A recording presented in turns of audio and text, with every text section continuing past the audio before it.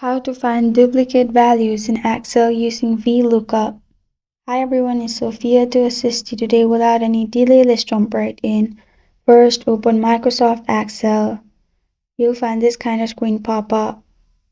Click on where you want to use VLOOKUP. Simply type is equals to VLOOKUP and the rows you want to select. As you can see, I already selected A3 and A3.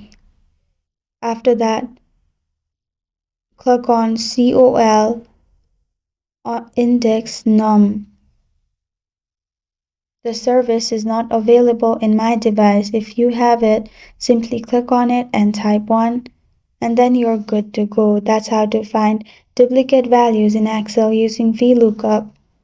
Thank you for joining me today. If this video helps you out, please leave a like and subscribe for more. Got a question or want to suggest a topic? Comment below. I am Sophia signing off until next time.